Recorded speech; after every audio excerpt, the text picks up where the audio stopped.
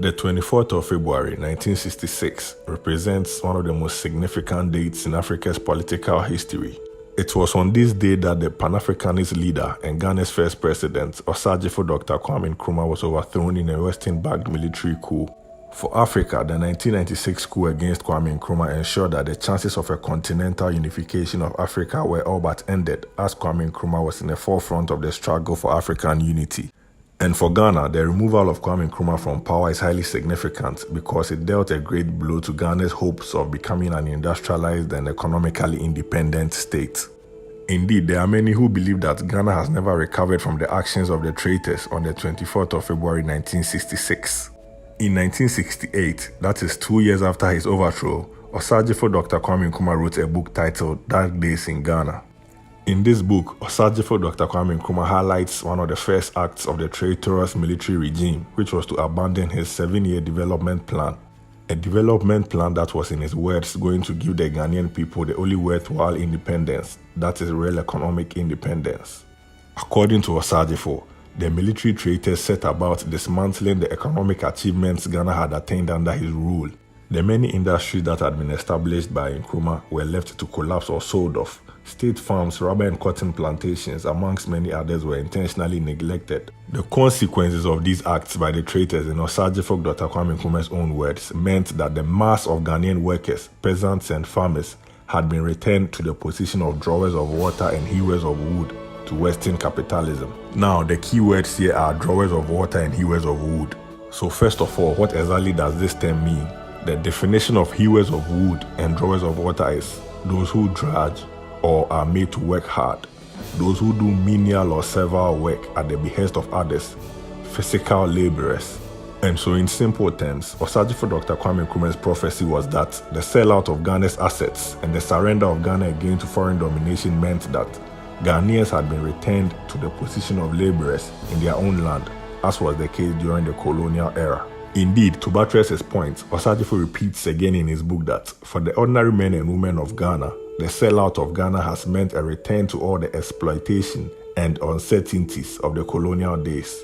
These declarations were made by Osagyefo Dr. Kwame Nkrumah 55 years ago, and in these past 5 decades, Ghana has been to the IMF for financial bailouts on 17 different occasions. An important fact to note here is that all of these 17 IMF bailouts happened after the 1966 coup with Nkrumah out of power. Indeed, Nkrumah makes clear in his book Dark Days in Ghana that he rejected a loan from the IMF due to the political conditions attached to the loan. It is very well known how IMF loans always come along with conditionalities that are not favorable to the countries that accept them. And Ghana, along with most African countries, are the proof that IMF policies and conditionalities do not bring development. Rather, they have undermined the economic sovereignty of African countries and are a key factor in the perpetual underdevelopment across the continent of Africa. Not only has Ghana had to go begging the IMF 17 times for financial bailout ever since the overthrow of Kwame Nkrumah, Ghana has also been declared a heavily indebted poor country in the early 2000s. And in 2022, the Ghanaian cedi became the worst performing currency in the whole world, with inflation also rising to its highest in 21 years at an incredible 50.3%.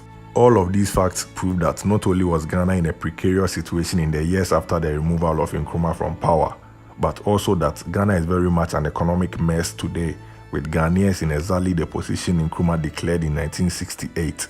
Exploited, uncertain and desperate in their own land. But do not take my word for it. Let us look at the facts once again.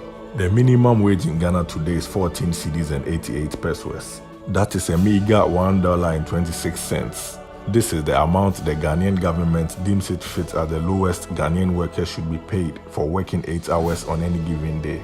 Here is John Kwache, senior economist at Ghana's Institute of Economic Affairs, pointing out how woefully inadequate Ghana's minimum wage is.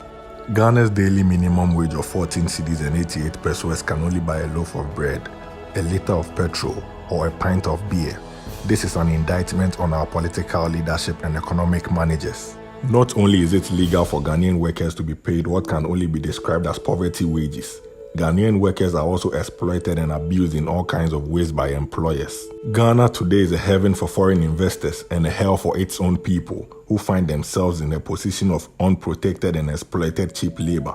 So at this point is the Nkrumah prophecy of Ghanaians being forced into being hewers of wood and drawers of water after his overthrow beginning to make sense.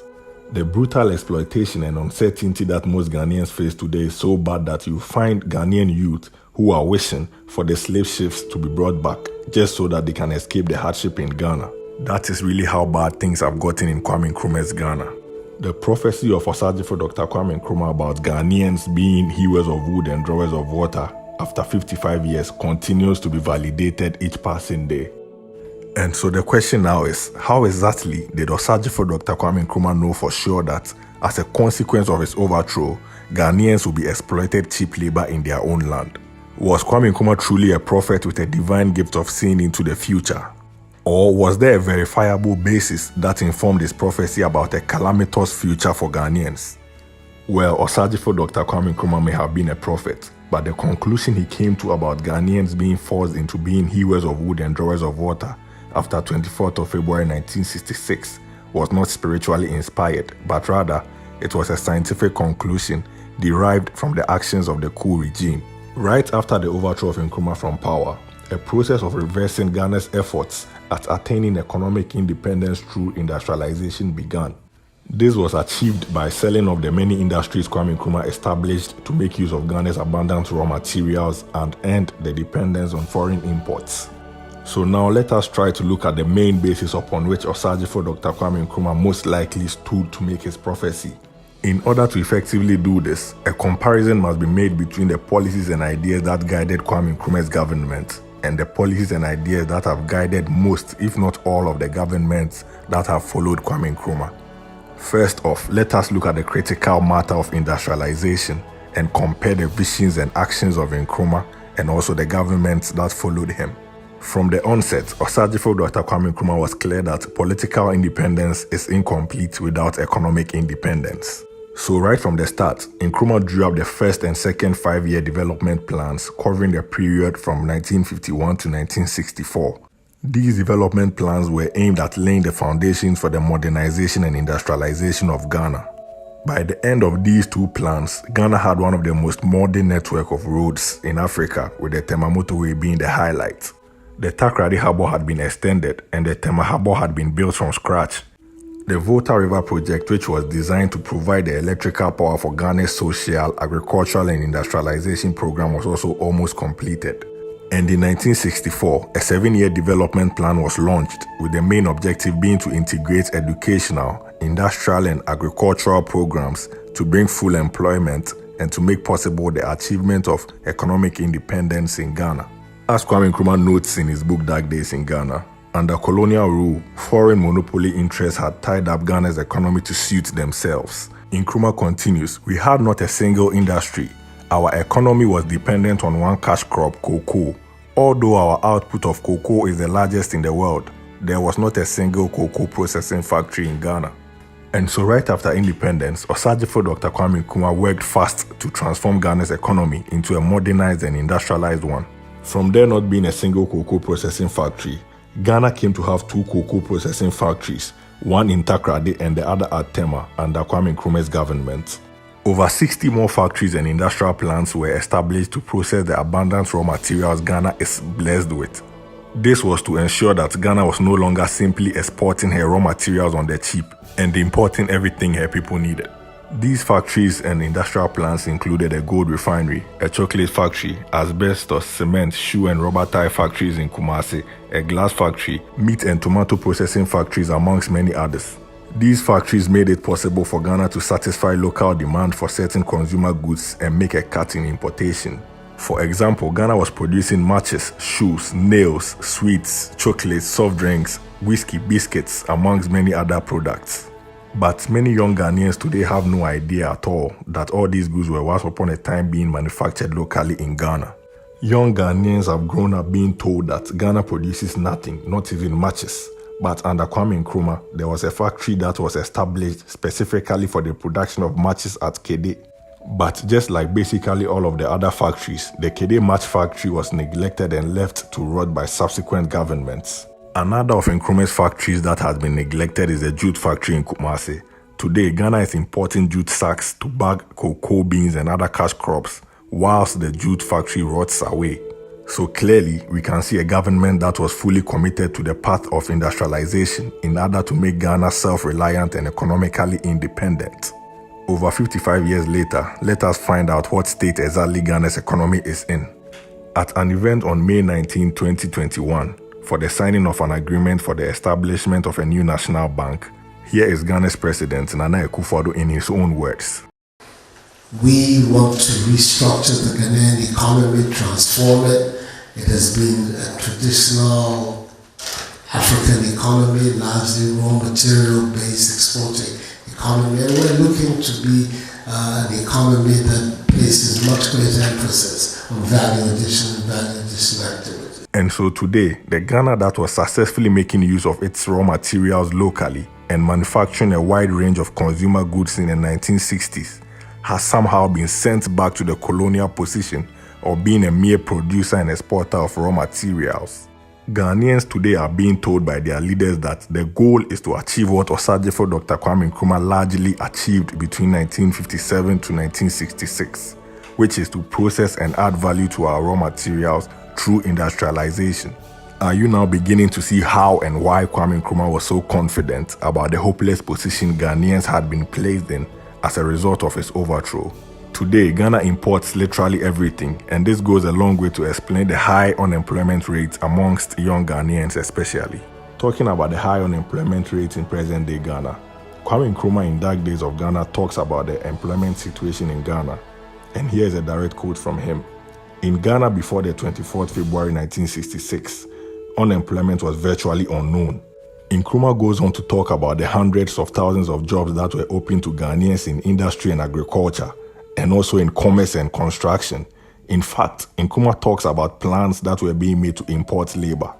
Pause and think about that for a second.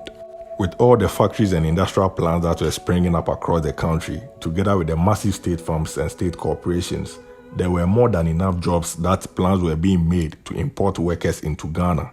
Now, compare this to the truly sad situation in present-day Ghana, where millions of Ghanaians cannot even find jobs, and things are so bad that leaders today admit that the unemployment situation is a national security threat. Mr. Speaker, the subject of job creation has to be at the top of my agenda.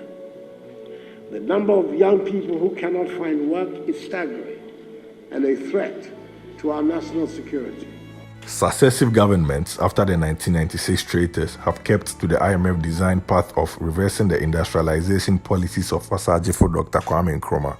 State enterprises and assets have been sold off for peanuts, and factories have been left to rot. These unfortunate policies have led to the mass unemployment and misery the Ghanaian masses face till this day. Indeed, according to renowned Ghanaian journalist Kwesi Pratt, the World Bank and IMF policies adopted by the J.J. Rawlings government of the 1980s led to about 300,000 Ghanaians losing their jobs in the public sector. In 1983, he accepted the World Bank IMF prescriptions for national economic development, as they would say, but as some would see it, for total national economic decay. What did he do? He accepted a program which involved the mass retrenchment of labor in the public and civil service. As a result, in a period of 1 year, 300,000 workers lost their jobs. 300,000 workers lost their jobs in the public service and in the civil service. Under him, more than 300 state enterprises were totally destroyed, completely destroyed. 300 state enterprises were destroyed, and so on. Talking about state assets being sold off, one of the vital state assets that the Rawlings government sold off was the Black Star shipping line that was set up by Osagyefo Dr. Kwame Nkrumah. In laying out his vision for setting up a national shipping line for Ghana, Osagyefo Dr. Kwame Nkrumah talks about how Ghana was totally dependent on foreign shipping lines who could hold the nation to ransom at any time they wished. Osagyefo also talks about how the shipping cost for exporting cocoa even then ran into millions of pounds sterling every year, and how a nationally owned shipping line will bring all that money into Ghana's own coffers rather than that of foreign shippers. Now, here is a story from July 2021 with the headline, "Calls for acquisition of vessels for shipping line intensifies." In the story, some members of the business community in Ghana blame foreign shipping lines for unreasonably increasing the cost of doing business, resulting in high pricing of goods. According to them, this is due to a number of charges by foreign shipping lines that have outlived their usefulness. So here is a clear representation of the issue that this video seeks to highlight. First, Kwame Nkrumah identifies a problem, in this case Ghana's dependence on foreign shipping lines. Second, he moves to set up the Black Star shipping line by acquiring a number of ships to end Ghana's dependence on foreign shippers. A government after Nkrumah, specifically the Rawlings government, then decides to collapse the shipping line by selling off the ships. And then finally, today, Ghanaians are suffering from high prices of goods because we are back to depending on foreign shipping lines. Do you see the trend now? Ghana today has moved from having the highest standard of living per capita, the highest literacy rate, and being the African country nearest to achieving genuine economic independence under Kwame Nkrumah, to becoming today a fully import-dependent economy that is constantly facing economic crisis. Another critical area to look at to further understand the sorry state Ghanaians find themselves in today is the attitude of Kwame Nkrumah's government to foreign investors, and also that of subsequent governments. Here is Kwame Nkrumah in his own words on his government's attitude towards foreign investors in Ghana.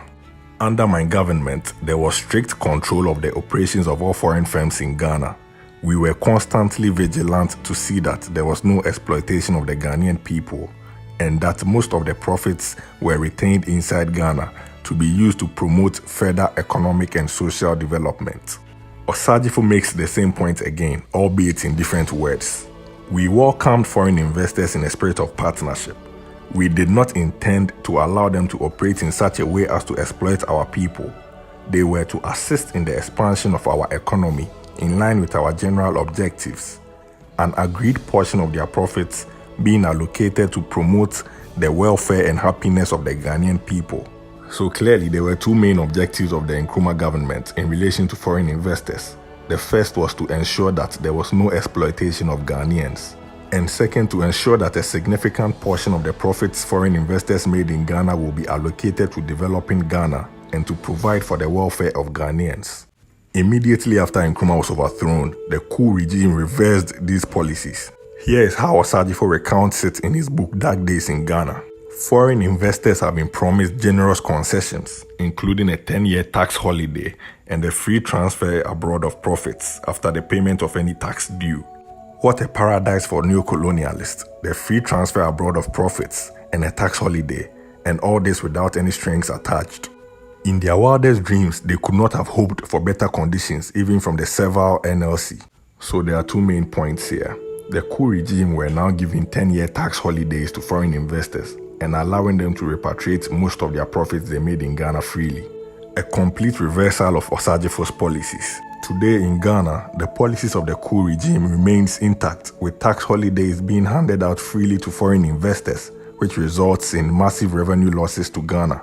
Indeed, many economic and finance experts have decried the policy of tax exemptions or holidays for foreign investors because it is depriving Ghana of a significant amount of revenue needed to generate and undertake developmental projects.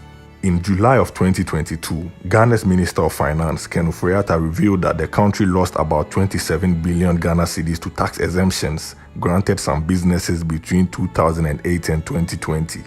So again, you see with Kwame Nkrumah that there was a nationalistic economic policy in regards to foreign investment to ensure that Ghana benefited sufficiently.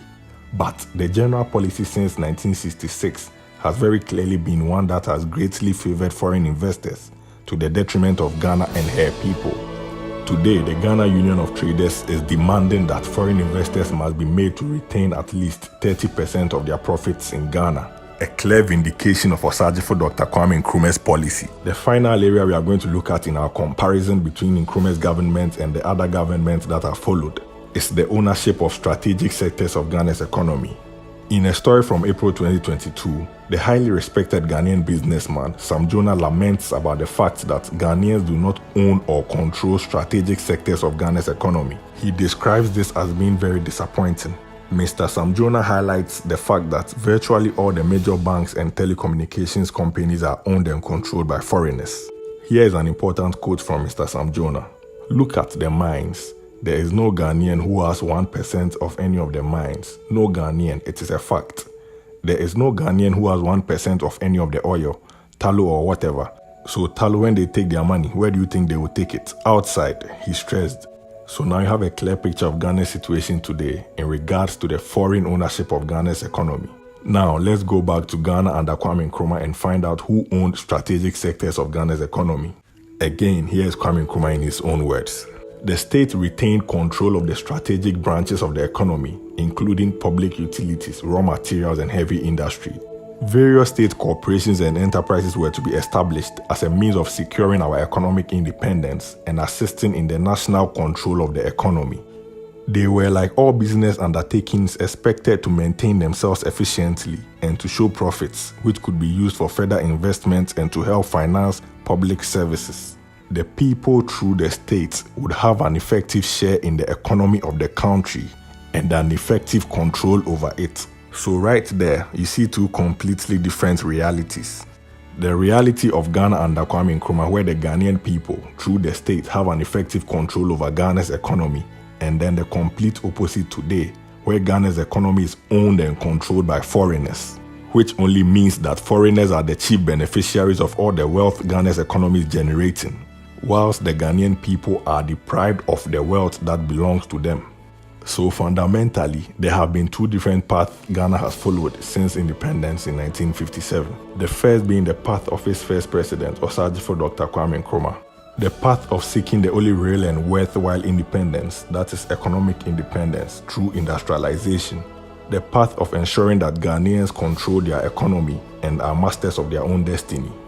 And then the path of the traitors who overthrew Kwame Nkrumah. That is the path of reversing the industrialization of Ghana. The path of opening up Ghana to be freely exploited by foreigners. 57 years on from its overthrow, the path of Osagyefo Dr. Kwame Nkrumah has proven to be the path to the prosperity and progress of Ghana and her people, whilst the path of the traitors has proven to be the path of destruction and suffering for Ghana and her people.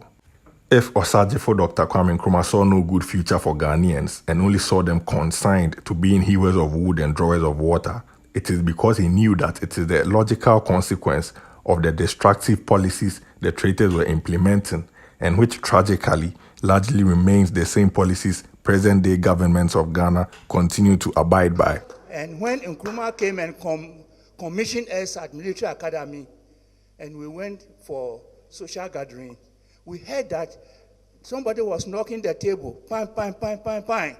Then the room became quiet. And then he gave a short speech. And what I gathered from that speech was that I have commissioned you, these officers, to defend Ghana and defend me, Nkrumah. If you fail to defend me, Ghana will suffer in future. And it's true. Today we are suffering.